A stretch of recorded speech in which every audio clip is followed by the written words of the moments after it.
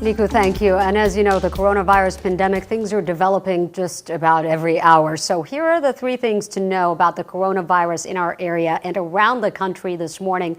A third person has died from the coronavirus in Bexar County. We're told the woman in her 50s had underlying health problems. Second, people could soon face federal charges for purposefully trying to spread the coronavirus. The Justice Department says anyone who tries to intentionally spread the virus could face federal terrorism charges. And third, when the Labor Department releases jobless numbers later this morning, it is expected to be historic. Analysts say the number of people filing for unemployment benefits is likely between 1 and 4 million. And the death toll from the coronavirus has now topped 1,000 in the U.S. and another 69,000 people are infected as millions of people are ordered to stay home. The massive stimulus package passed by the Senate overnight gives hope of providing some relief from the fallout. Gwen Baumgardner explains. The bill is passed. The Senate unanimously passed a $2 trillion economic relief package late last night. To save American individuals, small businesses.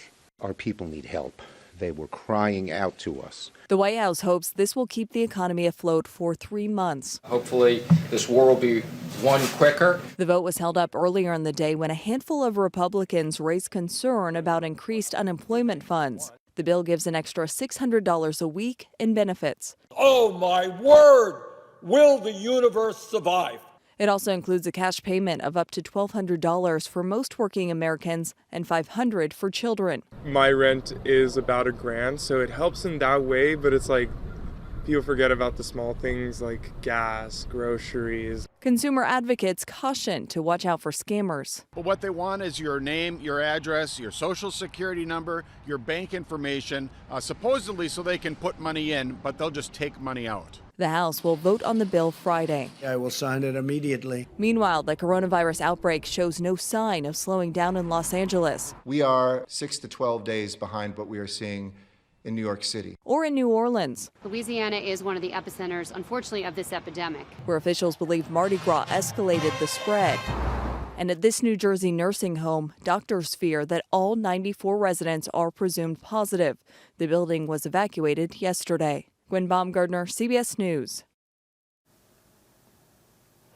An important note here to point out about the new stimulus bill. The direct cash payment is for individuals making less than $99,000 per year.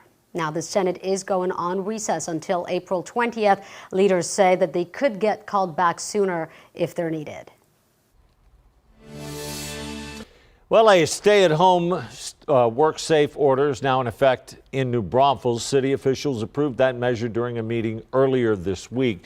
It requires residents to stay home and non-essential businesses to close. The city has also set up a hotline for residents and businesses to call if they need more information.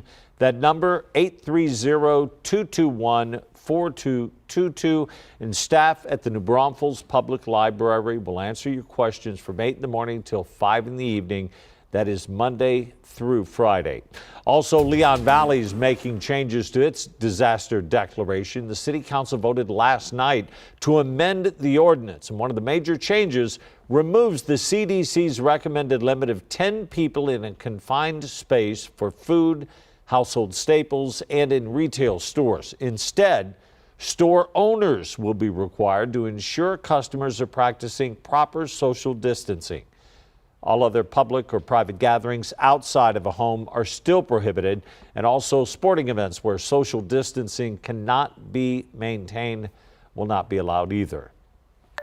Texans with SNAP benefits could soon purchase meals at restaurants, not just grocery stores anymore.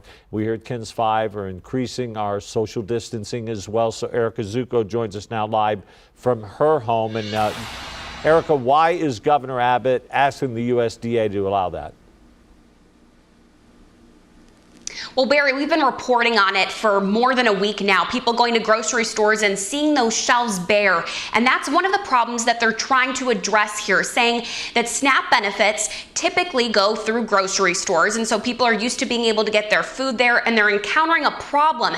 They're hoping this could ease the burden on families, but also on restaurants. If people could use those benefits at restaurants for either takeout or for drive-through, then it could help bring sales in, especially for those local businesses that are struggling right now, but essentially for all restaurants. Now, there was a letter that was sent from the Texas Department of Health and Human Services to the USDA. That's the letter that you saw next to me just a couple moments ago. And that letter is asking the USDA to allow this to happen. Now, at this point, we don't know if it would apply to all restaurants or just some. And at this point, we don't know if the USDA will actually approve that request. But again, Governor Greg Abbott and his office is asking one more way to try to get food to Texans that need it.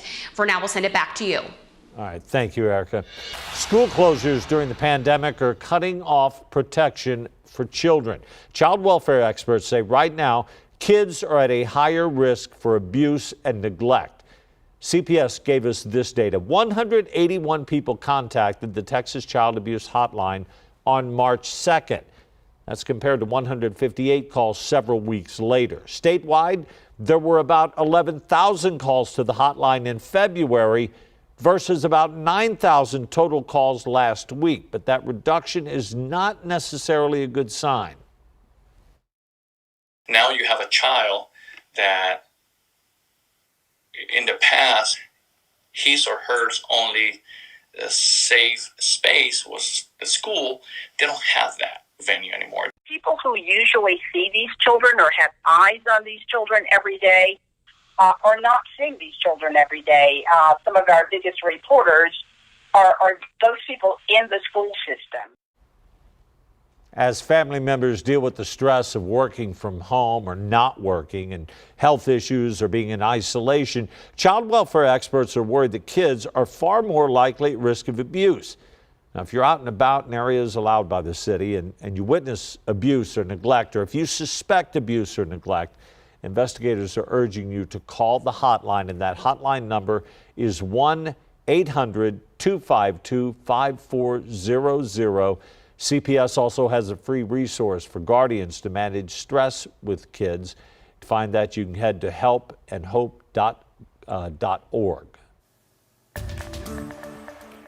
Also, a developing story this morning. A Steele High School teacher is accused of inappropriate contact with a student. 43-year-old Eric Contreras turned himself into the Bexar County Jail on Tuesday. The Cibolo Police Department says the investigation began earlier this month. Officers say they received information the teacher had inappropriate contact with a student through multiple conversations. Contreras resigned from the district on Monday. He's now facing charges for indecency with a child.